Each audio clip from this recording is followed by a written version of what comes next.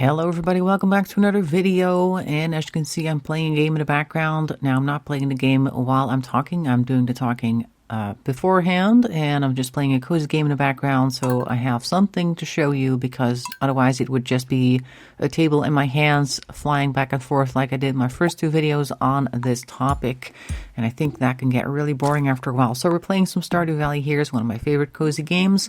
And just a quick heads up, it's probably going to be a bit of a rambly video because I don't really tend to prepare scripts. I just have a topic in mind and then I just go with it. I wanted to talk about things like housekeeping, planning, stuff like that with AuDHD, which I think I have. So that's something that is, I think, very interesting. I also like to know how other people do it, but in any case, I live by myself, so I don't really have people around who would be annoyed if I make a mess. And personally, I'm not super bothered by messes. As long as it's not dirty, I'm not too bothered by it. What usually happens with my place is, for instance, when I've just come back from the grocery store, the grocery bag goes on the kitchen table, I unpack everything, all of the food goes into the correct places, but if there's non-food items like a pack of new toothbrushes, that will get unpacked as well, but I'll leave it on the table until further notice, I guess. It really just depends on how much it annoys me that it's there. And I can leave things alone for a very long time and be perfectly alright with it. I can have a mess sitting in a corner and not have an issue with it for a very, very long time because my focus tends to be on other things, so I don't tend to find that super important.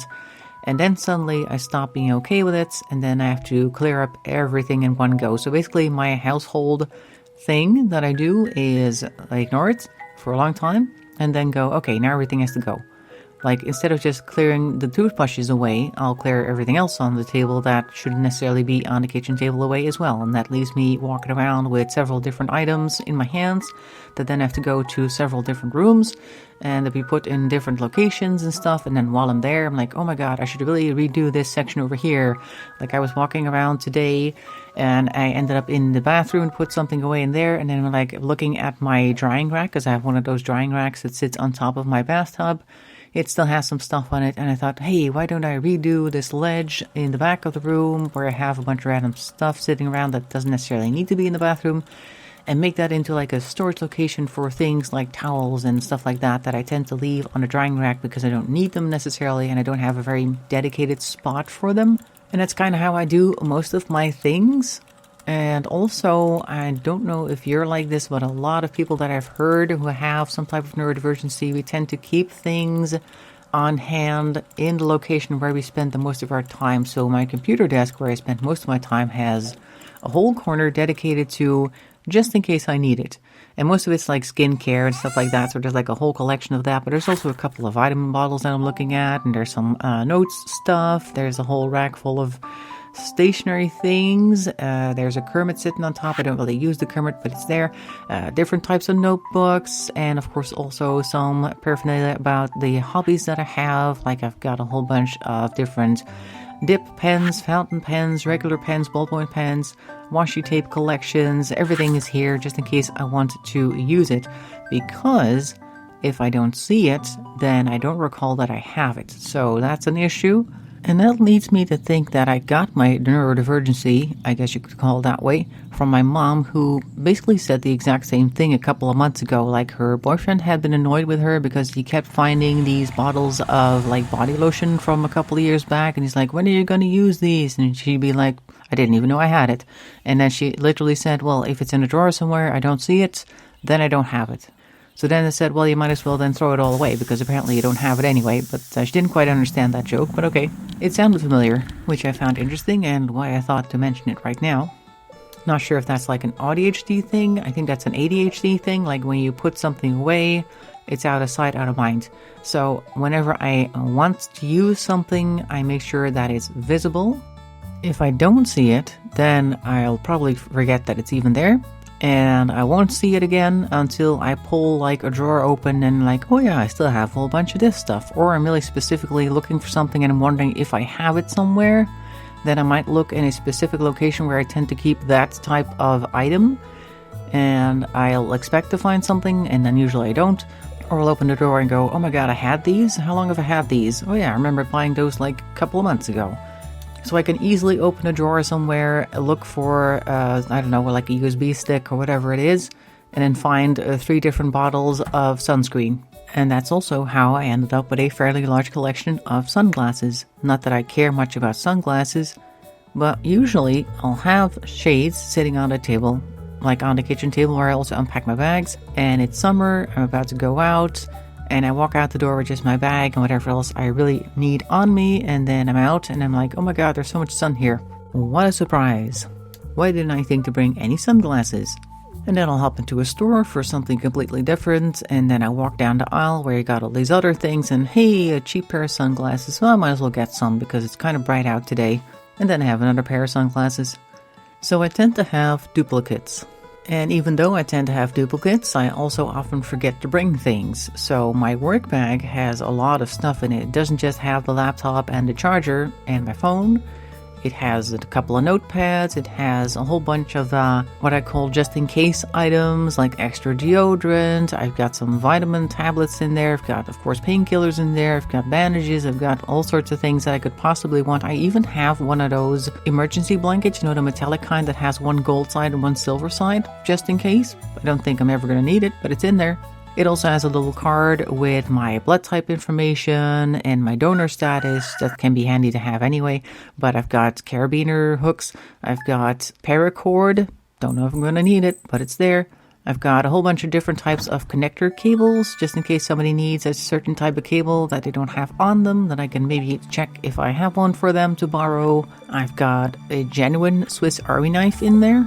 I've even got a travel razor in there, just in case I show up at work in the summer and look down and go, oh my god, I forgot to shave, and then I can quickly run into the bathroom to take care of that, because the last thing I want is to not have something that I need, so I'd rather have a whole bunch of stuff on me that I don't.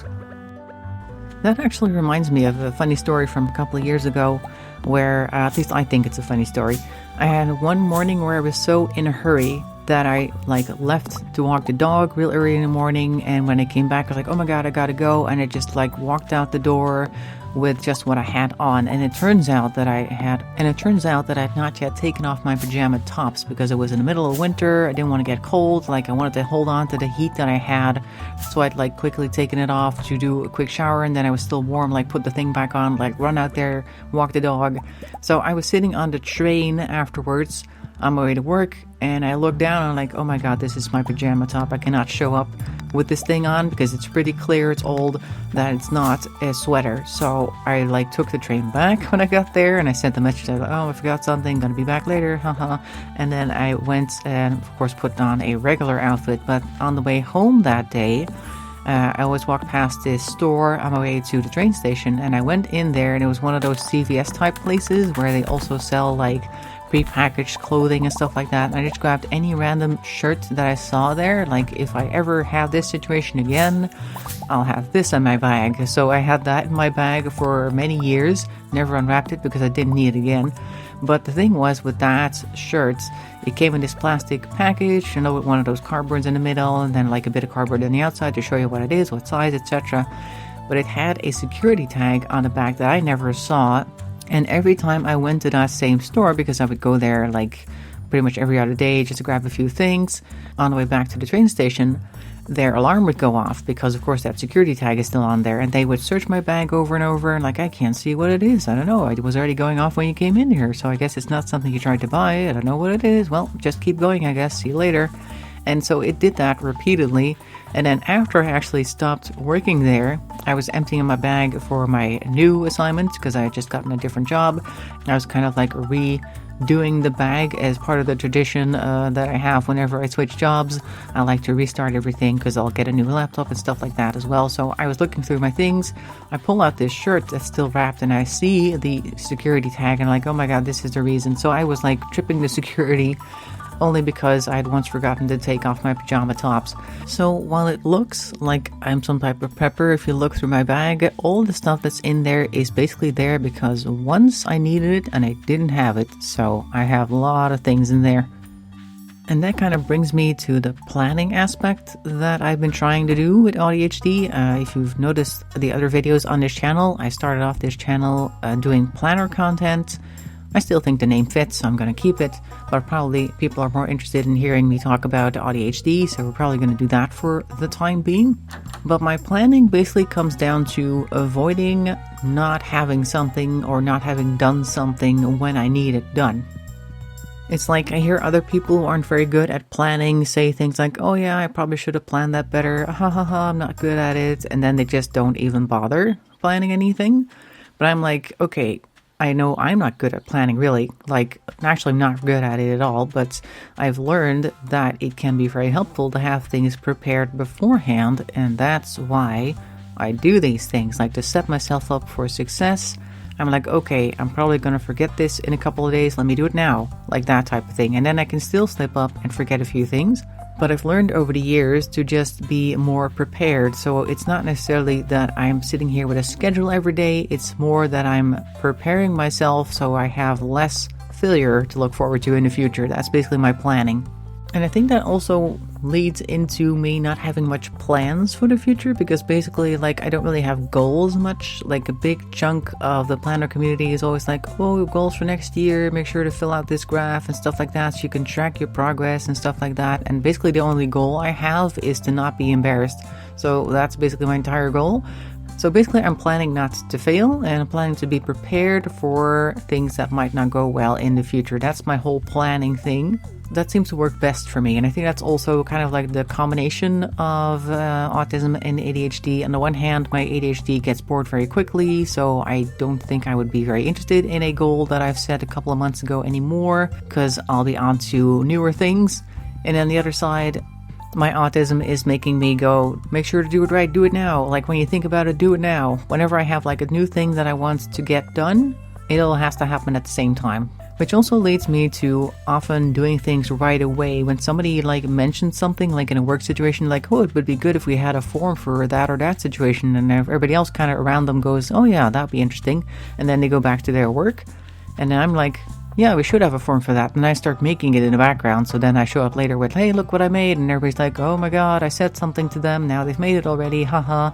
That can be handy. And on the other hand, people tend to, I guess, be taken aback a little, because perhaps they needed more time to think these things through themselves. Before things are made, they want to sit and think about stuff, and I'm just like, okay, we're here, let's do it, like that type of thing. I am very impatient. Anyway, so that is what I wanted to say about AuDHD and housework and planning. Hope you found it interesting. Make sure to leave your experiences in the comments below. I'd like to have some feedback on what people are thinking, and whatever else you want to drop in the comment section below, I'd love to hear it. In any case, hope to see you in another video as well. Thanks for watching, and bye bye for now.